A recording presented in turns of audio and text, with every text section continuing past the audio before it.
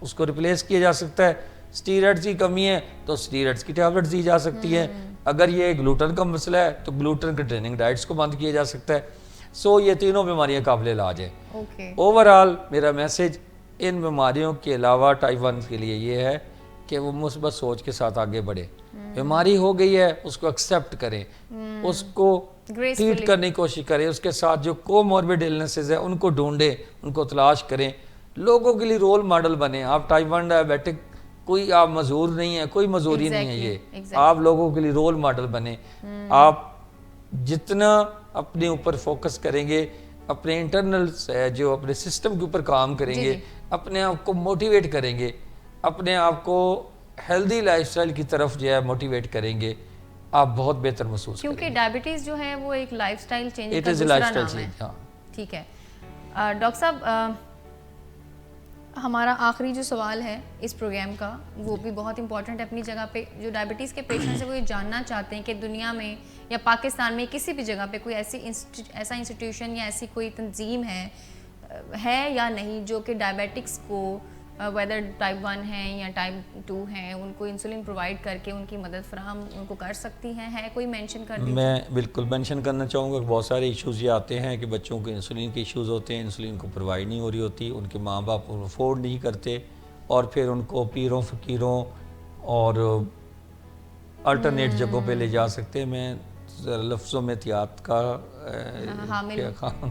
قائل ہوں کہ احتیاط سے بولنے چاہیے. میں سب کو کے بارے میں پیروں کی بھی عزت کرتا ہوں, جو اچھے پیر ہیں ان کی عزت کرتا ہوں, لیکن ڈاکٹر صاحب یہ جعلی پیروں فقیروں کی بات کر رہا ہوں. کویکس تو کویکس کی بات, کویکس کوئی کسی بھی فارم میں ہو, جعلی پیر ہو, جعلی فقیر ہو, کوئی حکیم ہو, کوئی جعلی ہومیوپیتھ ہو, کوئی جعلی ہمارے ڈاکٹر ہو, یہ سارے الٹرنیٹ جو میڈیکیشن کرتے ہیں, جو عطائی ہیں, عطائیت کی بات میں اصل میں کر رہا ہوں. تو یہ جو عطائیت ہے اس میں جانے کی بجائے آپ ٹریٹمنٹ کی طرف جائیں, سائنٹیفک ٹریٹمنٹ. دیکھیں آپ مجھے بتائیں آپ کا کون سا موبائل ہے؟ ویسے ہم اپنے فورم پہ اس کو نہیں ویسے ہی بات کریں. میرے پاس ٹچ موبائل ہے, اچھا اینڈرائڈ ٹھیک ہے, سائنٹیفک ہے نا. یس. کیا آپ نے کبھی سوچا ہے کہ میں اس کے بدلے کوئی الٹرنیٹ موبائل لے لوں؟ اگر وہ اس سے بیٹر اور اپرووڈ ہوگا تو میں لے لوں گی. لیکن اپرووڈ کمپنی کا لیں گی نا. آپ یہ تو نہیں کہیں گی کہ اس کے کوئی 2 نمبر کمپنی اور وہ لے لیں؟ نہیں, وہ نہیں لوں گی. وہ نہیں لیں گی نا. وہ تو جو میں اچھا, آپ ایئرپورٹ پہ کبھی جائیں تو ایسا کبھی ہوا ہے کہ ایک لاہور ایئرپورٹ مین بناؤ اور ایک الٹرنیٹ ایئرپورٹ بناؤ؟ نہیں, ایسا نہیں ہے نا. اچھا, میں ذرا مثال سے بات کر رہا ہوں, آپ پریشان نہ ہو. نہیں, اچھا, اسی طرح ریسٹ واچ ہوتی تو ریسٹ واچ ہوتی ہے نا. یہ تو نہیں ہوتا کہ الٹرنیٹ ریسٹ واچ ہو. گھڑی بتان وہی ہوئے گی جو ٹائم بتائے گی. نہیں سر, لیکن آج کل مارکیٹ میں کچھ چیزیں اس طرح سے بھی بک رہی ہیں. 80 روپے کلو والا دودھ 150 روپے وہ دودھ. اچھا, میں بات یہ سمجھانا چاہ رہا ہوں, یہ چیزیں ہوتی ہیں تو اوریجنل وہ ان کی اسپیسیفکیشن ہوتی ہے, وہ ہوتی ہیں سائنٹیفک ہوتی ہیں. جب ہم موبائل لینے جاتے ہیں تو ہم اچھی سے اچھی کمپنی کی بات کرتے ہیں جو ہماری استعداد کے مطابق ہمیں اچھی سروس مہیا کر سکے. جب ہم کوئی ایئرپورٹ سے جاتے ہیں تو ہم یہ نہیں سوچتے کہ یہ ایک ایئرپورٹ ہے تو ساتھ ایک الٹرنیٹ ایئرپورٹ سے چلے جائیں. ہم اپنی سیفٹی ہم اچھے ایئرپورٹ سے جاتے ہیں, مین ایئرپورٹ سے. ہم کسی الٹرنیٹ ایئرپورٹ کا سہارا نہیں لیتے. تو ہم چیزوں میں الٹرنیٹس کا ذکر نہیں کرتے, لیکن جب ہم ڈائبٹیز کی ٹریٹمنٹ کی بات کرتے ہیں تو لوگ جو ہیں ہیلتھ کے بارے میں الٹرنیٹیو علاج کے بارے میں بات کرتے ہیں. حکیم تو الٹرنیٹیو علاج الٹرنیٹیو ہی رہتا ہے جب تک وہ مین سٹریم آف میڈیسن میں نہیں آ جاتا. جی آپ کہتے ہیں نا کہ جی اچھا فلاں دریا کے کنارے فلاں بزرگ بیٹھتے ہیں جو یہ علاج دیتے ہیں جس سے ڈائبٹیز کا علاج ہوتا ہے, وہ دیتے ہیں یہ الٹرنیٹیو ٹریٹمنٹ ہے. جس دن وہ کسی ٹیکسٹ بک کا میڈیسن کے سب بن جائے گا نا, اس دن وہ ٹریٹمنٹ کھلائے گی. تو چیزوں کو پہلے چیزوں پہ ایکسپیریمنٹس ہوتے ہیں, ان کی ریفائن فارم آتی ہیں, پھر بکس میں آتی ہیں, پھر وہ صحیح اسٹینڈرڈ ٹریٹمنٹ بنتی ہے. تو جب آپ نے کسی معیاری علاج پہ جانا ہے تو وہ ٹائپ 1 کا جو علاج معیاری ہے وہ انسولین ہے. ٹائپ 1 کا کوئی اور علاج نہیں ہے. اگر مجھے نظر نہیں آتا تو میں نے اینک لگانی ہے, اور دوسرا حل کوئی نہیں. ہاں, اس کی اچھی فارم لینز ہو سکتی ہے, اس کے لیے کوئی خوبصورت گلاسز ہو سکتے ہیں, کچھ نارمل گلاسز ہو سکتے ہیں. اسی طرح انسولین کے اندر انسولین ہی علاج ہے, اس کی الٹرنیٹ چیزیں, اس کے جو ڈیلیوری فارمز ہیں وہ بیٹر ہو سکتی ہیں. آپ کو پین اچھا مل سکتا ہے, آپ کو کوئی جیب میں ڈالنے والا پین مل سکتا ہے, کوئی ایسا ہے جو آپ جو ہے وہ بیلٹ کے ساتھ لگا سکتے ہیں, کچھ لوگ جو ہے انسولین کا پمپ یوز کرتے ہیں, وہ پمپ بھی بیلٹ کے ساتھ لگا رہتا ہے. ہاں جی. تو یہ ساری اس کی فارمز ہیں جو ڈیلیوری فارمز ہیں. انسولین از دا مین ٹریٹمنٹ, آخری پہلا سارا سائنٹیفک علاج ہے یہ. جی. اب انسولین نہیں لگائیں گے تو بچے کو بے ہوشی ہو جائے گی. جس طرح اگر میں اب اینک اتار دوں تو اس طرح مجھے صحیح کلیئر نظر نہ آئے, اسی طرح ٹائپ 1 ڈائبیٹک بچہ جب انسولین نہیں لگائے گا اس کا مطلب ہے کہ اس بچے کو اندھیرے شروع ہو جائیں گے اس کی زندگی میں. کیٹو ایسیڈوسس جو زہریلے مادے کے کٹ ہونے کو کہتے ہیں وہ شروع ہو جائے گی. تو اب انسولین لگانی ہے, ضروری لگانی ہے, افورڈیبلٹی کے ایشوز آ سکتے ہیں. جتنے سرکاری ہسپیٹل ہیں, Jinnah hospital, Mayo hospital, services hospital, children hospital, یہ سارے کے سارے انسولین پرووائڈ کر رہے ہیں. اچھا. آپ جائیں وہاں ڈاکٹر صبان کو ملیں, انسولین لکھوائیں, وہاں سے مل جاتی ہے. اچھا. ہمارے مریض کیا کرتے ہیں, انسولین لکھواتے ہیں, جس دن ختم ہو جاتی ہے اس کے 2 دن بعد ٹائم نکال کے پھر انسولین لینے جاتے ہیں. تب تک بچے کو ڈیولپ ہو چکی ہیں کمپلیکیشنز, شوگر لیول آئی 2 دن پہلے جانا چاہیے. ہمیں اپنے سٹاک ختم ہونے سے 2 دن پہلے جانا چاہیے. پھر سارے کا سارا بلیم وہاں وہ جو لوگ ان کو ڈیل کرتے ہیں ان پہ ڈال دیتے ہیں, ڈاکٹر صاحب اتنے دھکے کھا کے آئے ہیں آج, یہ کیوں نہیں ہوا, وہ کیوں نہیں ہوا. بھئی آپ اپنی صحت پہ خود بھی تو توجہ دیں گے نا, آپ اپنے بچے کی صحت پہ خود توجہ دیں گے تو باقی لوگ بھی دیں گے نا. سب سے پہلے آپ خود ٹریٹمنٹ پہ خود کی رسپانسبلٹی کو سنبھالیں, اپنے آپ کو ذمہ دار بنائیں. جی. باقی لوگ یا باقی ادارے تب آپ کی ہیلپ کریں گے. اچھا, اب اگر یہ سرکاری اداروں کی بات کی, اگر سرکاری جو وسائل ایگزاسٹ ہو جاتے ہیں کسی وجہ سے, سوشل ویلفیئر والے ہیلپ کرتے ہیں, بیت المال والے ہیلپ کرتے ہیں, نان گورنمنٹ آرگنائزیشنز ہیلپ کرتی ہیں. میٹھی زندگی کا میں نے ذکر کیا تو میٹھی زندگی والے ہیلپ کرتے ہیں. اچھا. کیا ہے, نیٹ پہ آپ رجسٹری کروانا نا اپنے آپ کو, تو آپ رجسٹر کروا لیں اور ان کے ساتھ سپورٹ ہیلپ تو سیکھ تو کریں نا. امریکہ میں لوگ بڑا ایک کلیہ ہوتا ہے کہ آپ جب تک کچھ مانگتے نہیں ملتا نہیں کچھ. ویسے یہ بات میں یہاں پہ مینشن کروں گی کہ پاکستان میں اسپیشلی بڑے شہروں میں تو یہ جو اویئرنیس ہے بہت تیزی سے آ رہی ہے. جیسے ابھی آپ نے تنظیم کا ایک ذکر کیا کہ رجسٹرڈ کروائیں, لوگوں کو یہ پتہ ہی نہیں کرنا کیا ہے, نالج نہیں گین کرتے لوگ, اویئرنیس نہیں ہے, تو کیسے پھر کریں گے لوگ. ہاں بالکل, لوگوں کو اس کے بارے میں اویئرنیس ہونی چاہیے کہ یہاں سے انسولین ملے گی. اخوت فاؤنڈیشن والے کام کر رہے ہیں اس کے اوپر, وہ بھی پرووائڈ کرتے ہیں انسولین. میں ساری مختلف جتنے مجھے این جی اوز کا پتہ ہے میں نے ذکر کیا, اس سے علاوہ بھی بہت ساری این جی اوز ہیں, اس کے علاوہ بھی بہت سارے انسٹیٹیوشنز ہیں, بہت سارے جو ہیں پاکستان میں ڈونر ایجنسیز ہیں جو انسولین پرووائڈ کرنے میں لوگوں کی ہیلپ کرتی ہیں. پرووائڈڈ شرط یہ ہے کہ آپ خود موٹیویٹڈ ہو کے علاج بچے کا کروائیں. بچے کا جو علاج کروانا ہے جب تک وہ بڑا نہیں ہو جاتا, بڑا ہوگا تو خود ذمہ دار ہو جائے گا. وہ ہماری ماں باپ کی میں سمجھتا ہوں ذمہ داری ہے کہ اس بچے کو ڈپرائیو نہ کیا جائے انسولین سے, اس کو اوورلک نہ کیا جائے, اس کو انسولین پرووائڈ کی جائے.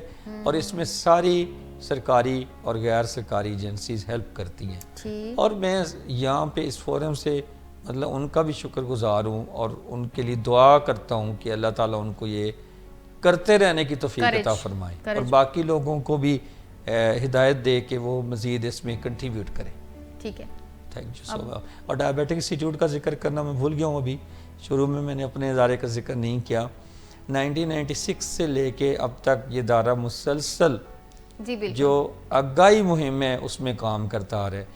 ایک اخبار شوگر مجھے یاد ہے ہر میڈیکل سٹور پہ اویلیبل ہوتا تھا, اس میں دنیا جہان کی انفارمیشن ہوتی تھی, اور وہ مسلسل جاتا رہا, سرکولیٹ ہوتا رہا وداؤٹ اینی کاسٹ. 10 روپے اس کی فیس تھی, یا اس سے بھی کبھی فری بھی دے دیتے تھے.